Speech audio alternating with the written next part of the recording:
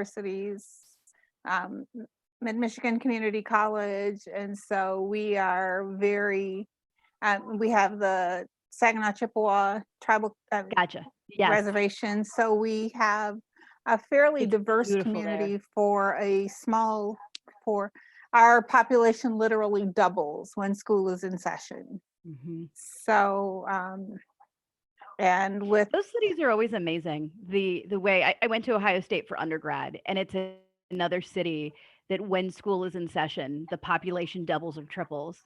Ooh, that's pretty. I think we are starting to record. I'm seeing that we are live on YouTube.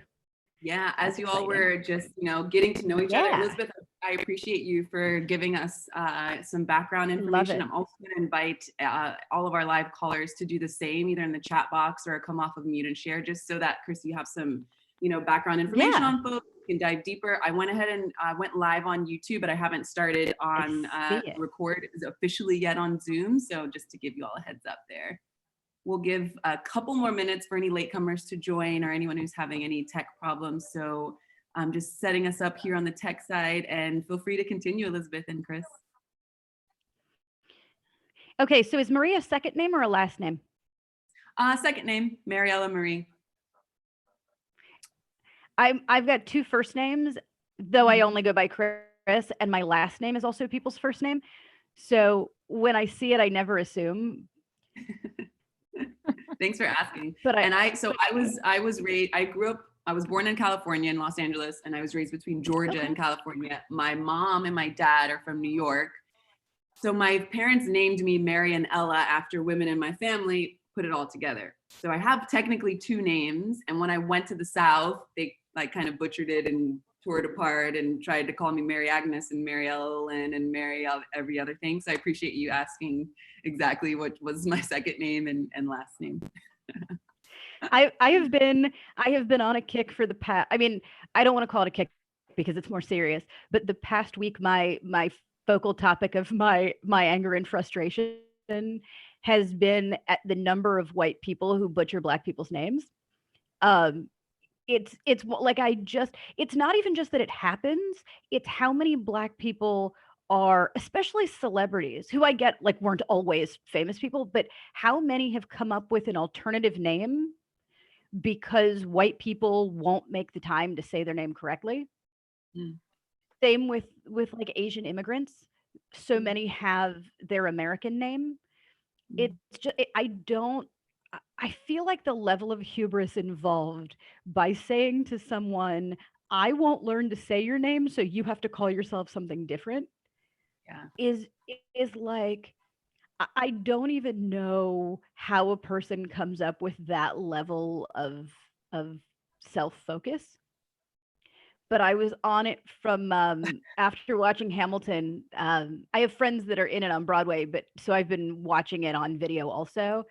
And one of the leads has, I think he was born in the U.S., but his parents are Nigerian, and so he has a very Nigerian name, and it's Okierete, and he goes by Oak. And he said in some, I was watching interviews of things, and he said something about he's gone by Oak since college because he got sick of people who can't say it. Like it was one of those that I paused the video and like kept rewinding it to hear him say his own name because I was waiting to figure out what made it so hard. It's not that hard. And Uzo Aduba from Orange is the New Black has done I think it might have been a TED Talk. Otherwise, it was just a talk somewhere, I'm not sure which, about wanting to change her name when she was younger because she wanted a whiter sounding name so people could pronounce it.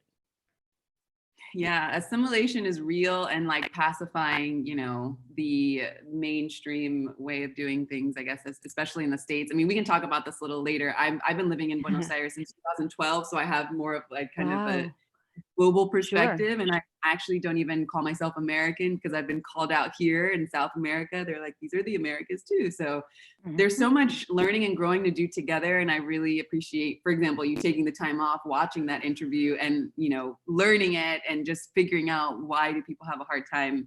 This is a great introduction actually to today's talk. So we haven't started recording yet. I see that everyone is joining. I really appreciate everyone for taking the hour out of their day. I'm just gonna give maybe about 30 more seconds for any other latecomers to join. And in the meantime, if you can drop in the chat box where you're calling from, turn your cameras on if you feel called to do so. We believe in visibility. We won't bite. You know, we're all in quarantine as well. So some of us have showered. Some of us are wearing the same thing as the other day. So you know, you are in safe hands here with us. We would love for you to turn your cameras on and to be vocal throughout this chat. So with that said, drop in the chat box where you're calling from, and I will go ahead and get us going live and introduce our guest speaker. All right. All right, so here we are. We are live here on another Chat and Learn here with Power to Fly. I'm super excited to host today's chat. We've got an hour of really, really beautiful information that everyone is just gonna love and go practice and put it in, you know, talk to their workplaces and talk to their families about. I already know. I started to look into our guest speaker's new book that's coming out. So I'm excited to get my hands into that. I know she's gonna explain a little more about what she's speaking about in her book. But I don't wanna take too much time. I just wanna say thank you everyone for joining us here live. I'll go over a couple of housekeeping rules before I introduce our guest speaker. And if you're just joining us, let's please make this chat box active. Go ahead and turn your cameras on if you feel called to do so. I've muted everyone upon entrance just to avoid any background noise, but we would love to hear from you. You know, you're taking the time to join us today.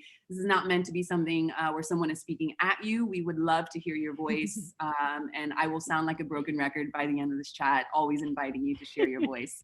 If you all have any sensitive information that you want to flag or bring up during this hour, please feel free to write to me, Mariella, anonymously, and I will flag that to our guest speaker so that she can respond appropriately.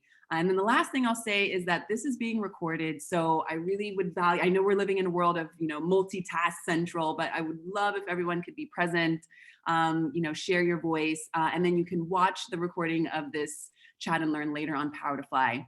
So with that said, let's jump right into meeting Chris.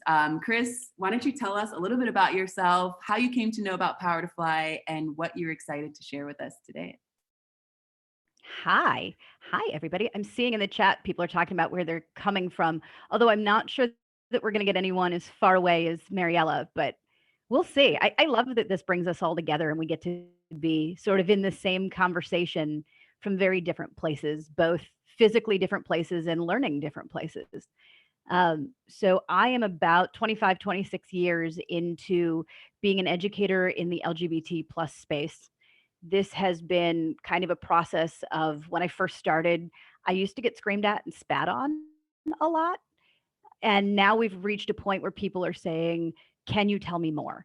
I want to have more conversations, which I think is fantastic. I think there's a lot of belief that if you don't know something, you're an idiot. And I hate that so much. I think it's not helpful to us to feel stupid. And it's the one, I think, universal feeling in all of us that nobody wants to feel stupid or ignorant or dumb or any of the words that we use.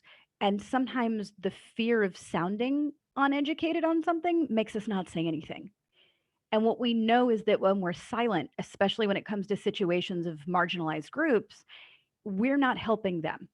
So we're seeing that when we're seeing not just Black Lives Matter protests, but white people at Black Lives Matter protests. And we were seeing that at the Me Too movement start, where one of my kind of favorite things was that it wasn't the men, the creepy men at the bar that needed to learn.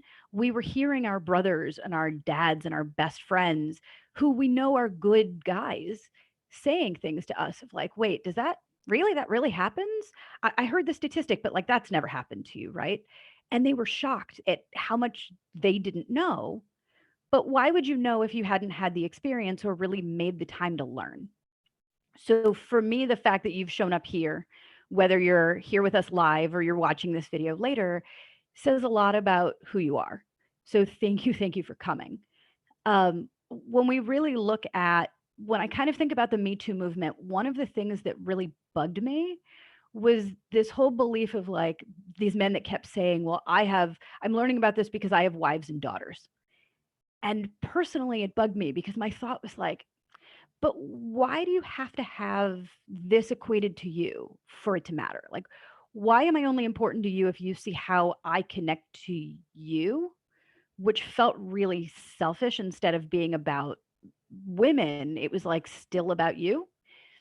But I keep thinking about that. And I keep thinking about how maybe we have to start there sometimes.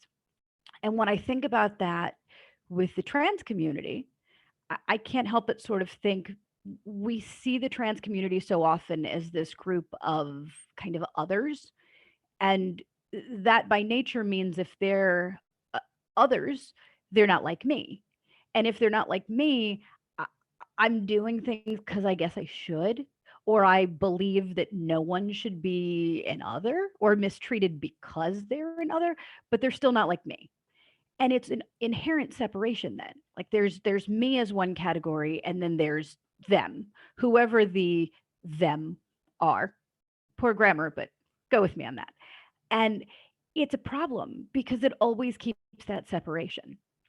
So when I think about what does that look like, and why does it seem like we have this group of others, these sort of trans people, I think we have to dig further into that. And really, transgender is this umbrella term for anybody whose brain gender and body or chromosome gender don't match. We don't know why that is. We don't have the science yet to know what makes that happen. There's a lot of belief that it has something to do with something during fetal development. We're not entirely sure in there. We don't know if it's a hormone thing. We don't know. Lots of theories, nothing proven so far. What we know is that transgender people are people who, when they look down at their body, it doesn't match their gender identity. And so for a lot of us, that's just weird, right? Like I've never thought, oh, I'm a girl. I decide I'm a girl. I'm going to think about it. I'm going to make this decision. I'm a girl. I never grew up and thought like, okay, I'm going to make a decision. I'm a woman. Yes, my body matches. I'm a woman. I just happened to kind of luck out in having my brain and my body match. And that seems weird to a lot of people because most of us don't think about a thing that doesn't apply to us.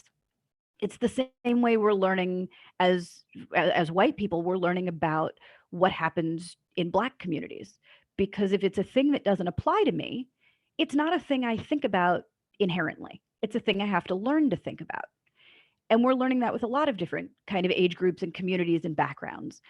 And yet it's something we all deal with, especially for the women, especially for American women. We do this all the time. We spend billions of dollars trying to make our bodies look the way we want them to look in our brain.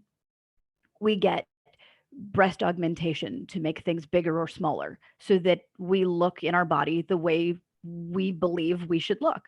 We spend bajillions of dollars on anti-aging cream because our faces start to age and they don't look the way. And in my head, I feel 25 and I don't want to look in the mirror and look 65. And we get push-up bras and Spanx and high heels that make our butt stick out more and all these things that we do because we want our body to match how we see ourselves in our minds. Transgender people are exactly the same. And it's really no different except that it's more. So it's a thing that is exactly what you and I already do. It's a thing a lot of us do before a Zoom conversation. I mean, right? We have men that will sometimes get a glimpse of what it's like for women at a bar if they go with us to a gay bar. They're having a moment of thinking, if I wear this shirt, does it get me attention I don't want? Do I stand in a certain way so nobody hits on me when I don't want them to? What do I do if a guy puts his hands on me and I don't like it? Right? It's just a glimpse into what most of us go through when we go to a nightclub or a bar. It's not at all the same as being a woman, but it's a moment of kind of getting that feeling. And I think we all do a little teeny bit of that before any of these Zoom calls or video chats. I spent a solid number of minutes trying to get my hair to do the thing I wanted it to do and to get it to freaking stop doing the thing I didn't want it to do. And trying to get the lighting right here, but then not get the other thing wrong there, and the shirt that looks good on this camera, and not have this lighting problem. All of that was because I wanted you all to see me the way I want to be seen. It's not different in a lot of ways for transgender people. They're just trying to make themselves seen by the world as they are. And sometimes we kind of get in the way of that because we just don't get it. I think a lot of people have this idea of transphobia as being this fear. Like when I hear about a trans person, I go hide in the corner. That's not really what it looks like. And we're having these conversations as we talk about Black Lives Matter, right? That racism might look like I beat up Black people, but most Black people's experiences with racism isn't because they've gotten physically assaulted.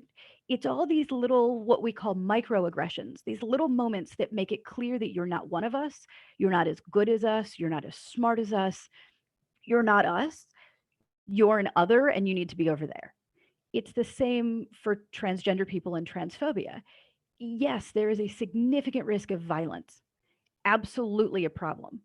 But there's also a situation that happens more often where it's just the uncomfortability. I don't really know what to say to them. I'm not sure what name they use. I heard about pronouns. I don't know what to do with that. So I'm just going to not invite them to the meeting or the party, or I'm not going to try to get to know them because I don't want to get it wrong. And so I'm just going to, no, I'm just going to not deal, which is isolating. And in the workplace, it's significantly problematic.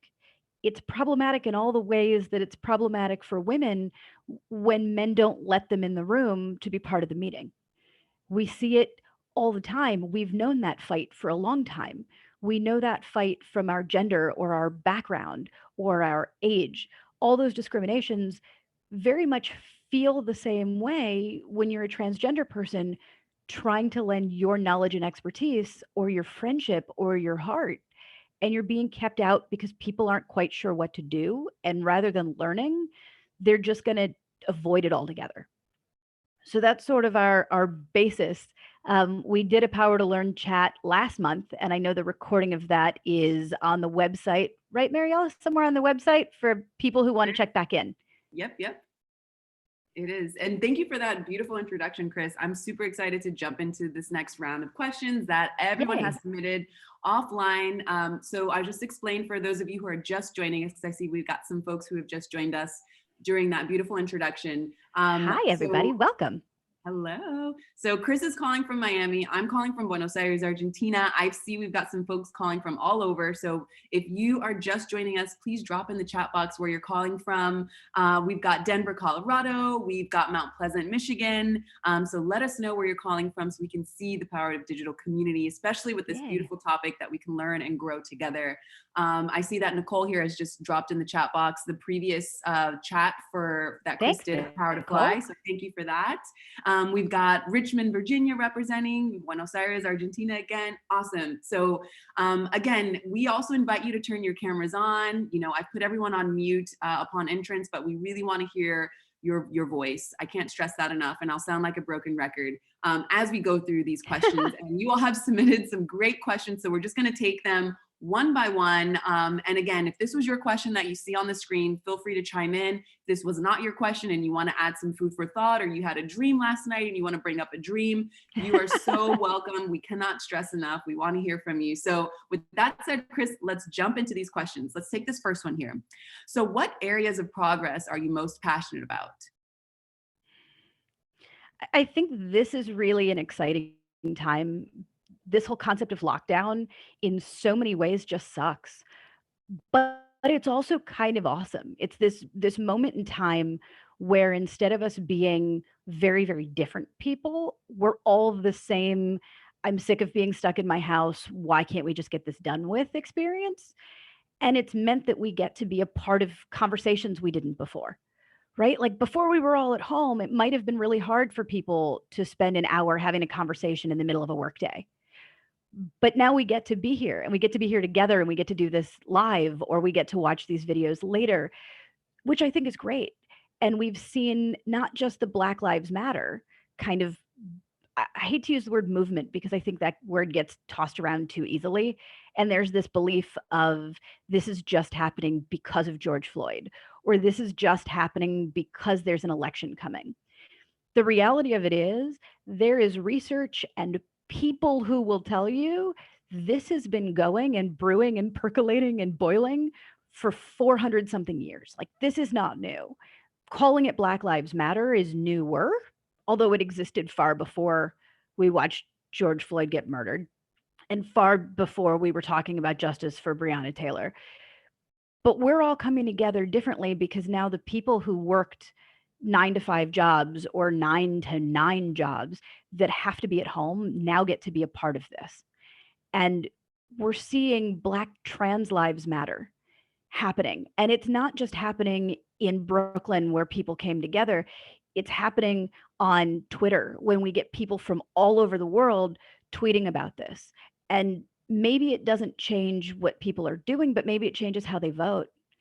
And maybe it doesn't change what's happening every day, but it can change a little bit. And every moment that we have, every 1 hour that we spend makes us all better. And that's fantastic. And we're seeing those changes happen. I don't believe it's possible to become better educated and still behave the way you did before you got educated, because you can't, as they say, you can't unring a bell. You can't unknow something that you know. And for the first time for a lot of white people in middle North America, for example, we collectively became aware of systemic racism in ways we hadn't before. You can't have watched the video of the murder of George Floyd and not know afterwards. You can't see that and then forget you ever saw it. And now that we're all together here, we can't unknow conversations about trans people and then unknow them.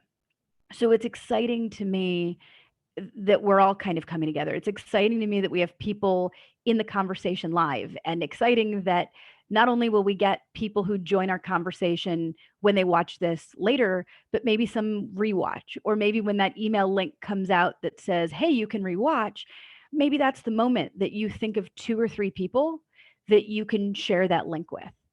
And then it becomes your knowledge spreads to their knowledge. And then that can lead to conversations. If you're sharing it with people that you work with, now you've got a group of people in your workplace who are getting educated and inspired.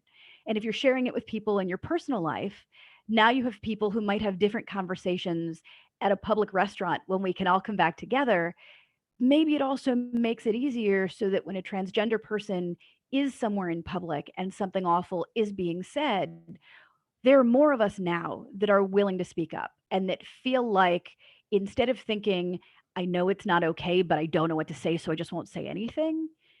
Now, maybe if nothing else, it becomes, I don't know what to say, but I can't say nothing. And whatever the statement is that interrupts the horrible thing that's happening is better than saying nothing. So that part for me is so, so exciting. And I love that, my excitement comes from all of you. So thank you for contributing to the excitement of what we're all doing and growing together. Absolutely. And speaking of everyone contributing and collaborating in this conversation, I know that we spoke a little offline. We had some folks join us early. And so we had Elizabeth share a little bit about her personal journey and where she is, as far as she's in Michigan and working with the shelter, and specifically wants some, feedback and resources on how to do her job better. You were a programmer, correct? Sorry, not a program manager there, right, Elizabeth? Okay, great. So if anyone else is on the line and wants to give some background info so that Chris can really dive deeper into these questions, so that you can just take this knowledge is power, as Chris just said. So you can take this knowledge and put it into your community or put it into your work.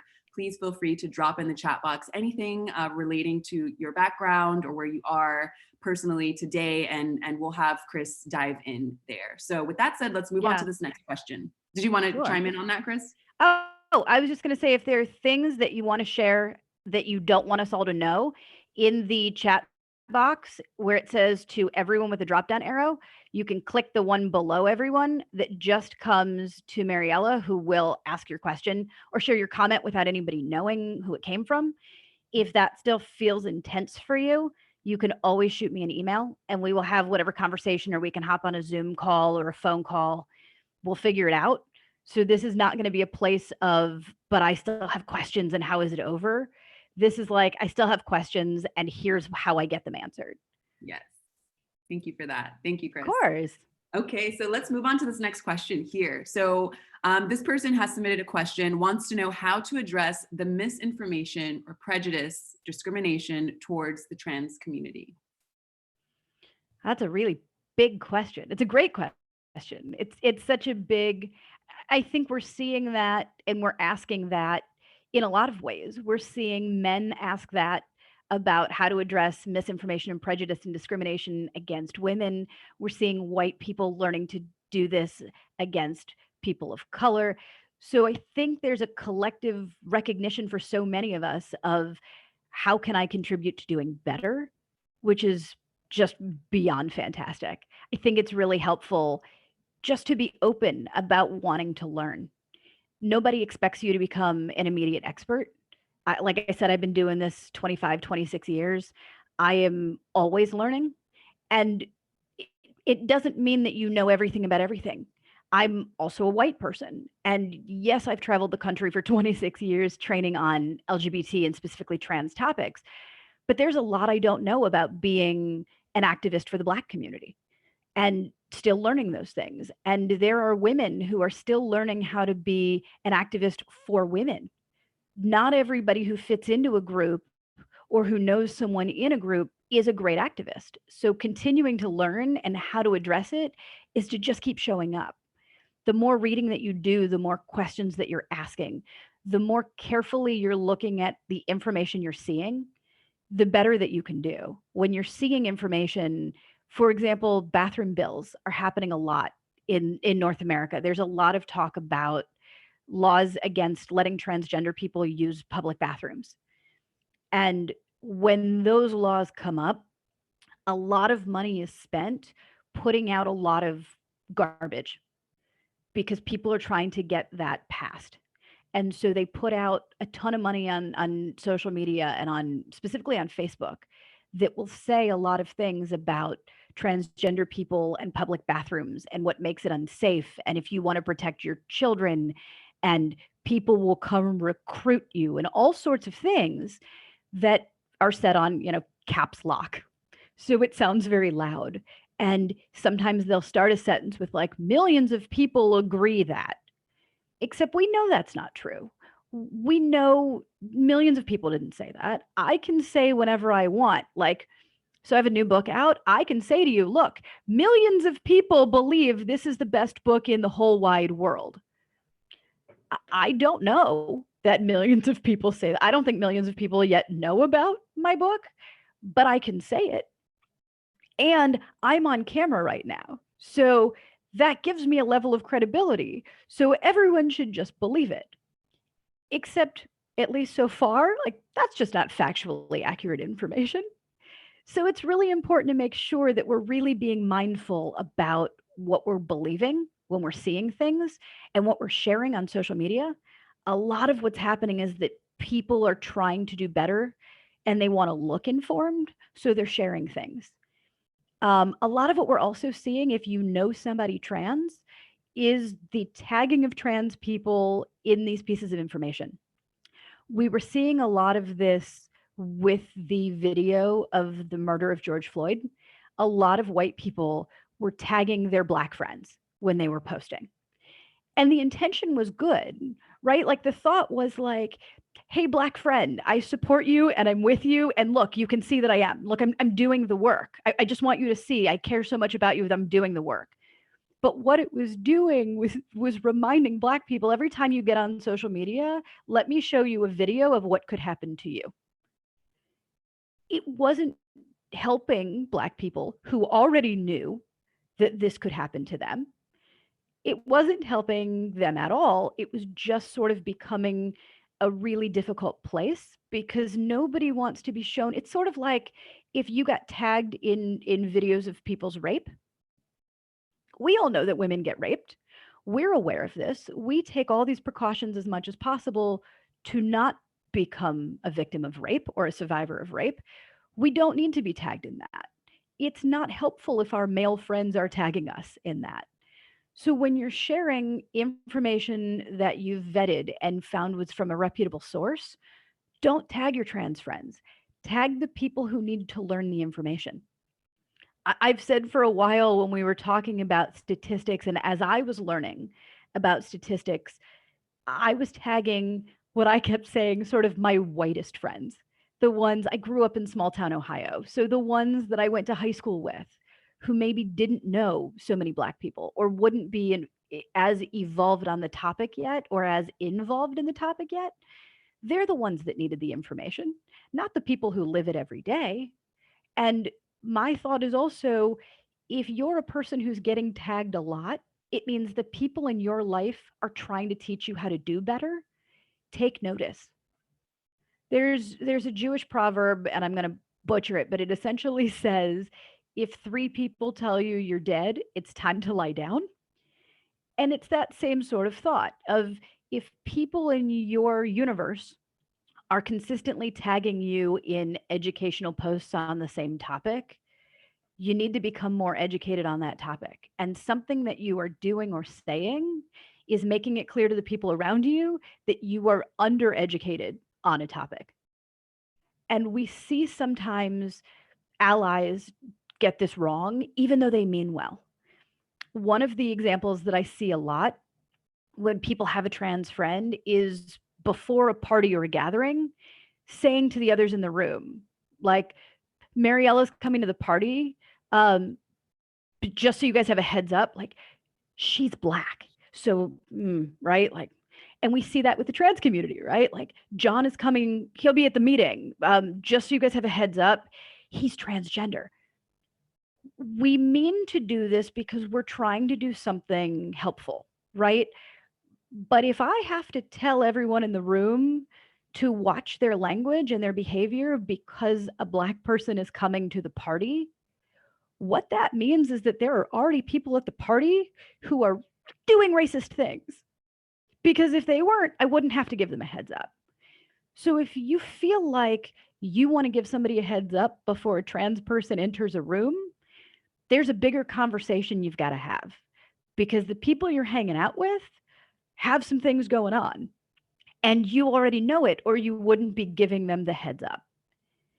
And when it comes to the trans community, not everybody is super public about their trans identity because they're not required to be. Sort of the way that not everybody says, hi, I'm a diabetic before they say their name. Not everybody who's transgender says, hi, I'm transgender before their name. Because there are safety risks involved with being transgender, it's not always safe to be open about that. So when you say to a room full of people, when you mean well, John is coming to the party and he's transgender, what you've done is you've put John at risk, because not only does everybody know that John is transgender, but John does not know that all of those people know. So John didn't get to share his own information. And John is about to enter a room full of people he does not yet know that he is trans. And he didn't get to decide whether he felt each person was safe. So you've created, instead of helping, a really unsafe situation.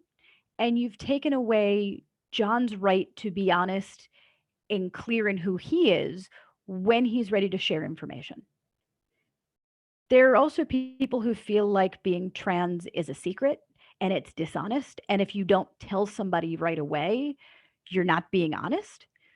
And it's what sometimes makes people really angry and can lead to a lot of violence. The reality of it is, though, it's nobody's business. Like, the medications that I take, not your business. The size of my breasts are not your business. The length of someone's penis, not your business, except in very specific circumstances. Like if you are my doctor, then yes, it is your business to know what medications that I'm taking. If you are about to become my sexual partner, then yes, there's reason for you to find out the size of my breasts or the length of someone's penis or what type of surgeries I may or may not have had. But that would be true about somebody who has had a mastectomy because of cancer. That might be true about somebody who has a tattoo that they're embarrassed by. That's not something that anyone is entitled to know. Those are pieces of information that matter only to those who are in a position where it has to matter. And we see a lot of questions of people who kind of just want to learn that ask questions about, like, okay, so what surgeries have you had? They probably mean well, or maybe they didn't realize and they're just curious.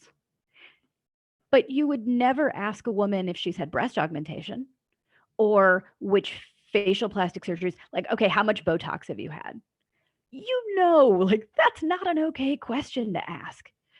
It's the same kind of conversation. You don't get to ask that.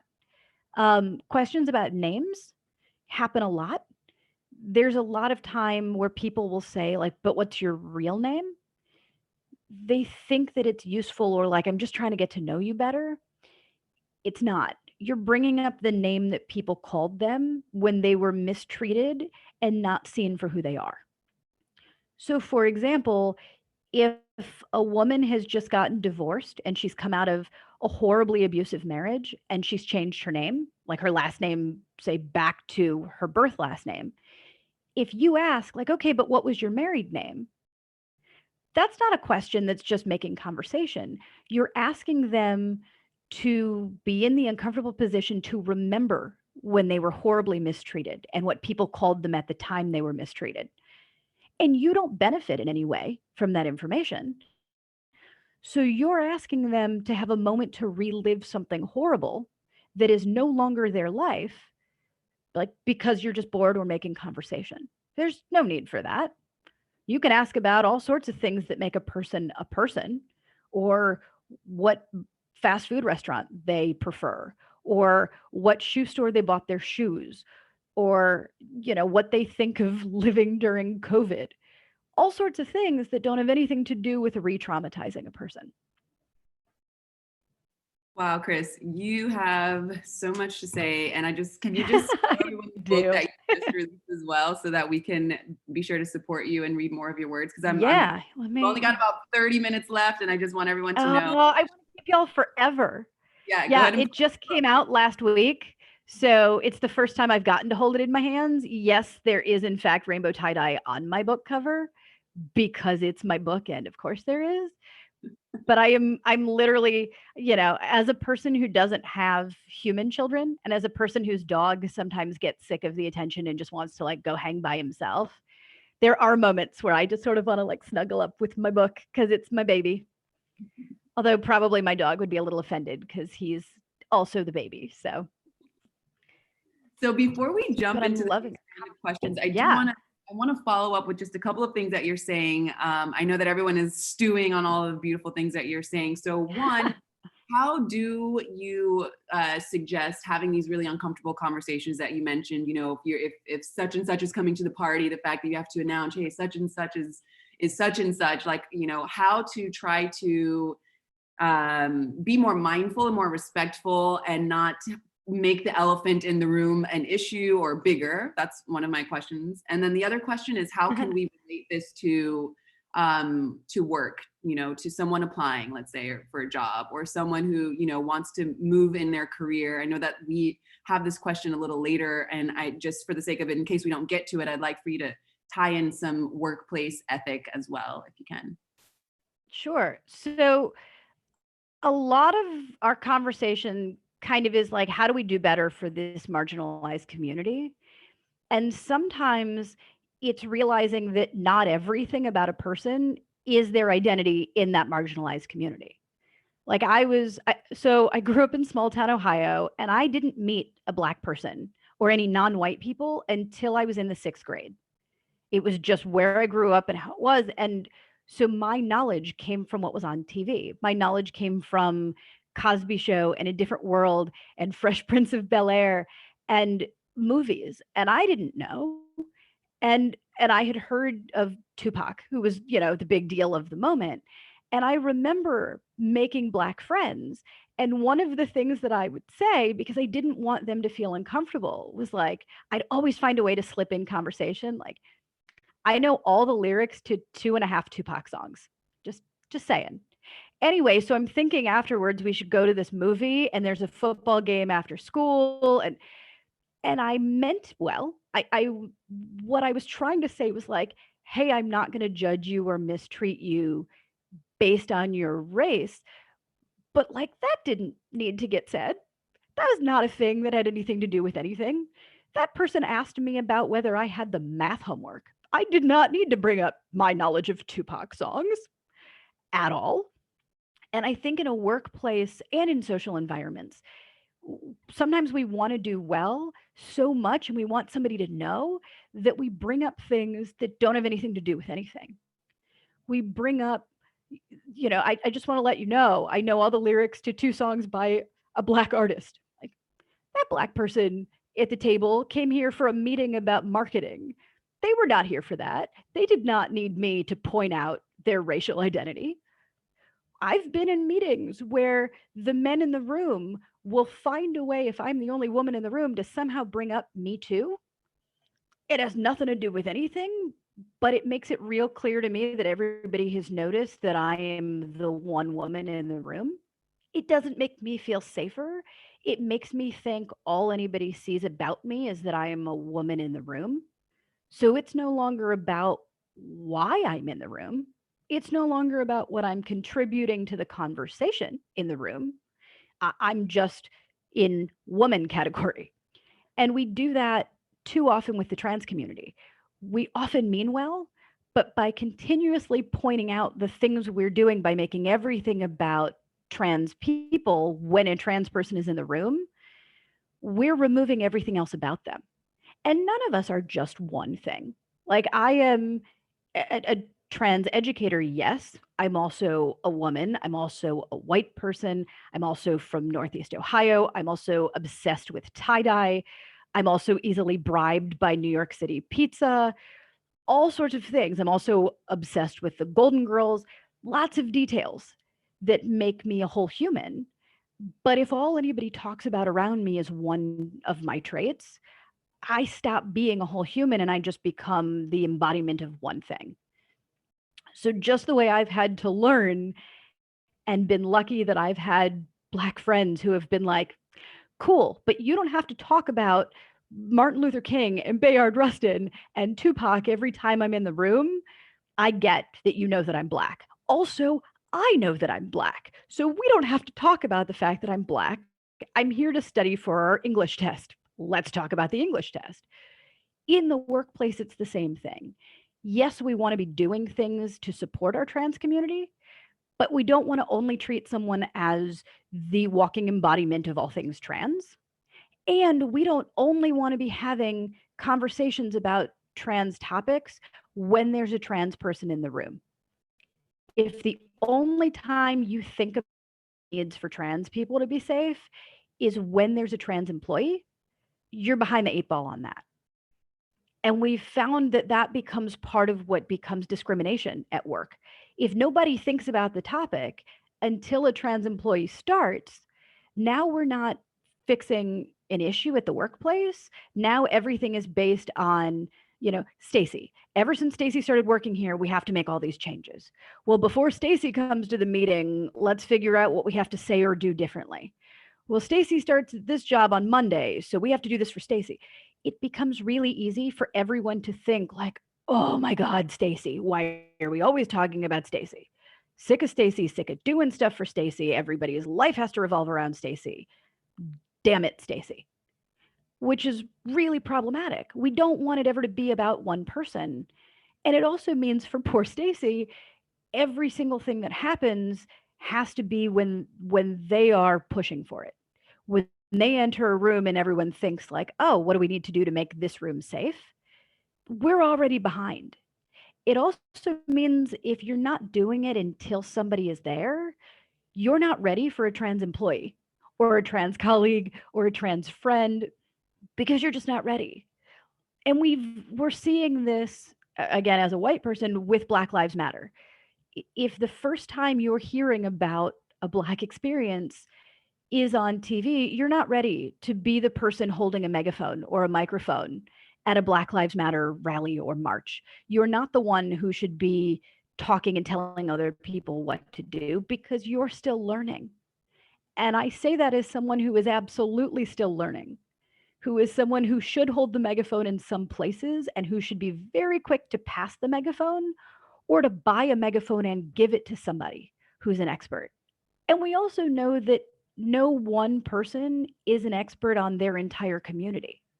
There are a lot of questions that one of us could pose about how do women feel about fill in the blank.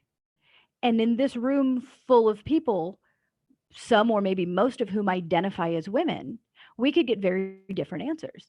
I could hold up a dress and say, what do women think of this dress?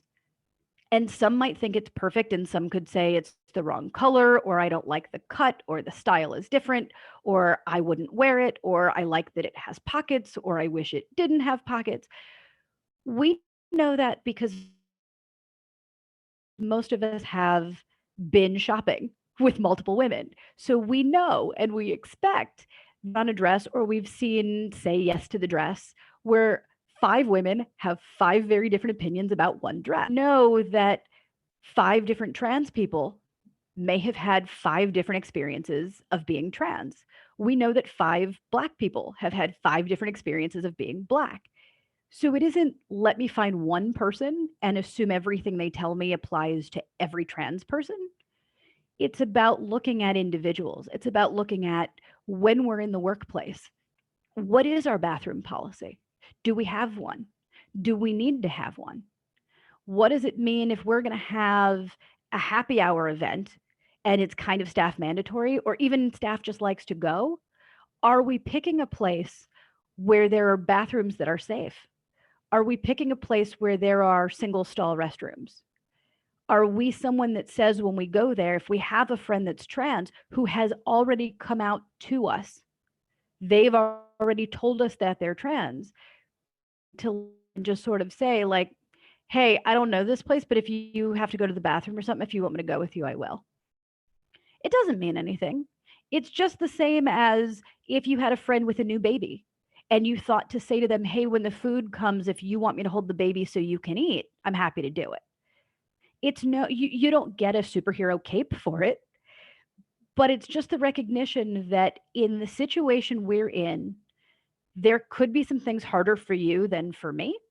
So I'm going to do what I can to acknowledge it and at least offer to make it easier. And maybe you don't want me to hold your baby while you eat. That's cool. Maybe you don't want me to go with you to the bathroom when you go. Also cool. But there's something nice about knowing that someone will. There's something nice when you go to a bar or a restaurant and the bathroom is like down the stairs and around the corner and we feel like it seems a little sketchy. If there's a guy in the group that kind of leans over and says, like, hey, if you have to go to the bathroom, it seems a little weird down there, I'll totally walk with you. Whether or not I take him up on that offer, knowing I don't have to worry about that is fantastic. And being somebody that lets somebody know quietly, that's not a I announce it to the table. That's a lean over and say something. That's a text the person if people are using their phones. Getting a heads up on that, also cool. It becomes easier the more we learn. And when we make mistakes and we're genuinely trying to learn and we're doing the research first, people are much more likely and willing to guide. There's a lot of white people that have been asking a lot of Black people a lot of questions during Black Lives Matter. And some of the questions are like, okay, but what should white people do? Like, you look Black, so I'm going to assume you could just tell me what should Black people tell white people to do? And how am I supposed to do anything if you don't tell me? What that means is that in addition to living in a country that doesn't treat you well, that doesn't pay you fairly, where you are at a higher risk of assault or murder, I also need you to do the heavy lifting for me and provide me with all the education. and do it for free and do it right now because now's the time I want to know. That's not okay. It's not okay for men to say to women, like, hey, now I'm ready to learn. This Me Too thing seems big. So now I want to learn. So drop everything you're doing and be my consultant personally for free. No, no. There are people who do that professionally. There are Black people who have written books about how to be a better white person in the Black community. There are Black women who have had conversations and done TED Talks about what it means to be a white woman dating a Black man and what that feels like for a Black woman. Learn from the people who have either volunteered the information or offer to pay the people consulting. And it's the same within the trans community. It shouldn't be up to people who are already fighting to survive, whose mere existence is a political statement, to have to educate you. We only get an hour together. I mean, I hate to be the plug person, but like all the stuff in the book. That's why the book is here. There will be more books. I love that. There's access to my email and up time from somebody who's just trying to live by expecting them to share everything they know about everything and not offering to pay them. Yes, Chris, you are definitely dropping a lot of knowledge, and I love that you are. I love to talk about emotional intelligence whenever I can share my voice, and a lot of what you're saying reminds me of that. You know, put yourself in the other person's shoes. What would you like to be hassled? Would you like to try to have to be this expert and kind of share so much knowledge when you just really probably want to just breathe and have a moment of silence for yourself? So thank you for reminding us that. There are resources out there and that have been, stacked up over time. And I love that you're also relating these really big issues that are happening right now in the world and especially in the States. And I know that Elizabeth, you had a chance to chat a little bit offline. Did you? And I saw you nodding your head during some of this. Did you want to respond or say something about what's happening with you in Michigan now? I agree a lot. I agree wholeheartedly with everything that Chris has been saying. And it's just been, Mount Pleasant is a small community. And I also work with our human rights committee here. And so we have kind of worked with some of the Black Lives Matter movement and things like that. And so it's been very interesting to see the intersection with my job and with some of that. And it's just, I smiled when you said, white people do the work, because I've gotten a lot of, what should I do right now? How should we do this? And it is, if you want to know what to do, then do the work. Get out there, read, do the work, because if I tell you what to do, you're not going to know what to do, because it's not going to be genuine. You're going to do what I tell you, but it's not going to mean anything. And it's not going to move you any further in any movement in any way, shape, or form. So I just so much agree with what you said. Yeah. I mean, it used to be that people way back when people didn't know, and maybe white people's question was like, I don't know how to help. And it was all word of mouth. But we live in the time of the internet. And we all know how to use it because we're having this conversation, and maybe later you're watching this video on the internet, which means you had access to it and you know how to use it enough to find us and find this video. So it becomes incumbent, I think, on each of us to seek out the resources. And at some point it was like, okay, but there's so many books of Black people telling white people what to do. Well, how am I supposed to know which ones to read? Except now that's not the problem, because now there are Black resources that have literally compiled a list that says, like, here are the books we recommend for white people to read to learn this information. So that doesn't become the question. But I found that as a white person, if I said to a Black person, like, what am I supposed to do? Tell me what to do. The response I got was very, very different than when I said, I was just part of this conversation, or I was just reading this book, and on page 147, this person is saying this sentence. Have you had that experience? Or does this sound like something that makes sense? Or does this mean, I think it means this. Could you just tell me if I'm on the right page? Because when somebody sees that you're trying and that you're doing the work, they're much more likely to take the time to share. I always sort of equate it with injury. I think in this country, people in marginalized communities have been, if not physically, emotionally, and psychologically beaten and stabbed with the words and the mistreatment. And so when someone who is not in that community asks for information, what I'm saying to you is like, I know you've been stabbed in the past, and some of those wounds have healed over and they've scarred. Some of them are scabbed over now, but I've never been stabbed, and so I don't know what the bleeding part looks like. Could you rip open some of those wounds so I can see the bleeding, so that I can also watch your face while you bleed, and so that I can better understand what the experience is like and what it feels like when somebody bleeds? Which, if it was literal, I have a cousin who just had his hip replaced. So big wound, lots of healing. If I walked up and said to him, like, could you rip the stitches out? Because I haven't had my hip replaced and I just want to know what the wound looks like, they'd probably put me on a psych hold because that's not a thing anybody says. But we say that to people in marginalized communities all the time. And so often we expect it to happen for free. I'm needing you to bleed so I see what bleeding looks like, so I can try and envision what bleeding feels like. Okay, got it. And then they leave, and the person is now either still bleeding or has to heal all over. So the people who are willing to bleed, learn from them and recognize when anybody shares anything, whether it's on social media or your friend, they're telling a story, they're bleeding for you. Thank them for what they're willing to give, because it's a gift. And the lovely thing is that we're all here doing this work together so that the others don't have to bleed so much.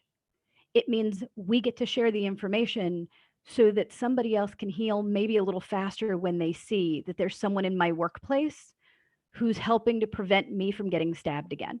There's somebody in my workplace who doesn't get it, but keeps Band-Aids at their desk so that if somebody else stabs me, I know I can go to them to get the Neosporin or the Band-Aid, which will help me heal a little bit quicker. I know we had a question, I'm probably skipping around. We had a question somewhere in there about what can the employee resource groups do?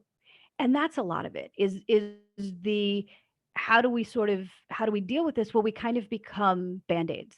We do the work in advance. So we think about, or we bring in, I do a lot of consulting work because not everyone is an expert, nor should you have to be, nor do you probably have the time to be.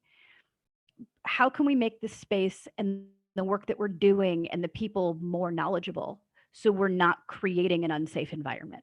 How do we market our job openings to include the trans community so that they're going into places where trans people read? What can we say? What language can we use in our paperwork so that it's clear that the trans community is welcome and included here? And also, what are we doing when people are hired? There's a lot of stuff that's been going for a long time about, like, we need more Black people here. We know it's 98% white. We got to have Black people here. And so some companies will make this effort. We'll put it in Black magazines. We'll put it on these networks. We'll have somebody Black on the hiring committee. And then the person gets hired. They check the box. The statistic of how many Black people work here goes up. The same with trans people, but then that's the end of it. And nobody knows what happens after. There's not a tracking of, like, how long do Black employees stay at our company? How often do we promote our Black employees? The same with the trans community. We see they check a box, but what happens after they go in from hiring into the company? Nobody knows, and nobody's paying attention, and nobody's looking. And do we have mentorship? Are we having conversations? Are we continuing to make the space better? Are we helping? Are we doing things we need to stop doing because they're harmful? The longer game of that has to be bigger than, can we just get somebody hired? And when people are leaving the company, what are we doing about that? And again, it's not expecting them to do the work. I always hate those exit interviews when you leave a company that they want you to do. I think it's kind of a total scam because I can't stand the idea of like, on your way out, please give us a list of all the things we should work on so we don't have to become self-aware, and then you can go. But also, you might need us as a reference. So don't say anything that you really feel. So then we feel better about ourselves that you've quit. Not useful. Again, consultants or people who are volunteering to share books that exist, ERGs can use those. They can have groups where it isn't just women, but for women's groups, for example, women and allies, there can be men and should be men in those groups, because it can't and shouldn't always be that one woman has to speak up for herself or other women have to speak up for that one woman. It's exhausting. We don't want to. We shouldn't have to, right? Like you never ever see a white man have to worry about what bathroom he can use, or do people think I just got hired because I'm a white guy, or I have to prove myself and work 10 times as hard for people to respect me as much because I'm a white guy. What are we doing, and what more can we be doing to help to eliminate the barriers? Not because we're giving people an easier way through, but because it's one thing to run a race. It's another thing when only certain lanes also have literal hurdles, and then you wonder why people aren't running an equal race. If you want everyone to cross the finish line, it's not about putting them on a golf cart and driving them to the finish line. It's about taking the hurdles away so they can run the same race that the straight hetero white guy is running. Hallelujah. I will just say amen to that. I love that you are ending us on that note, that this hour has flown by. I really want to thank everyone. Always does. It always does. And Chris, why don't you go ahead and shout out the chat that's coming up next month, and refer, I know that you mentioned this in the beginning, the chat that you did last month, so that people can just really stay along for this journey. I think that the information that you're sharing is so necessary. We are in historic times right now.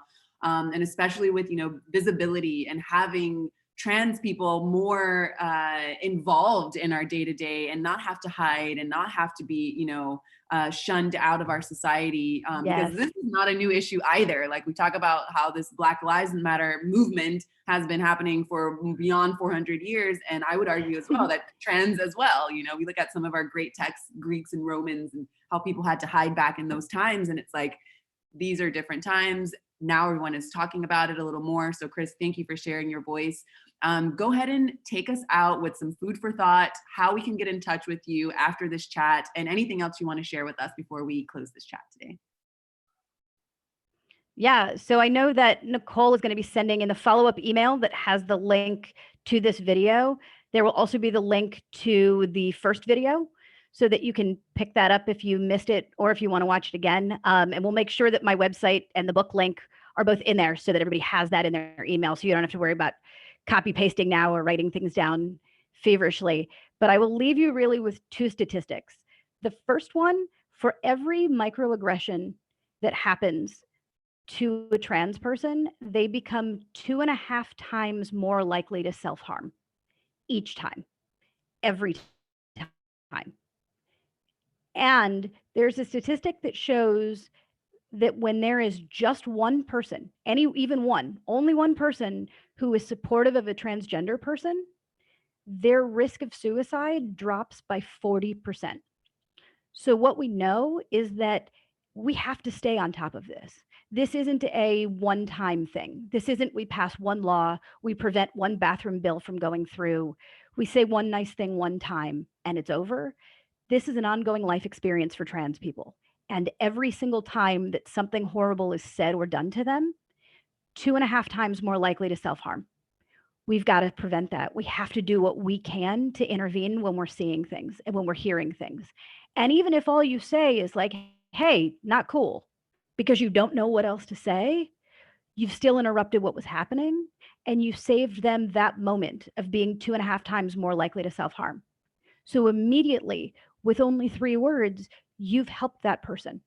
And when you become a person who works and makes the effort to learn, when you show up for these conversations, when you get the email that has this video and you decide that you're going to share it, when you follow up with the people that you share it with to ask them what they thought of it, or if you decide that you're going to email me because you have another question, or you forward my website and somebody else emails me because they have a question, every one of those times, you become somebody who makes it 40% likely for a transgender person to attempt suicide. It costs you no money. It takes you 5 seconds of your time. It's absolutely something that you can do. And it's something you can pass on for free and no time to other people. And if each of us becomes somebody who lessens a suicide rate and who interrupts a pattern that would lead to self-harm, everybody's better and everybody wins.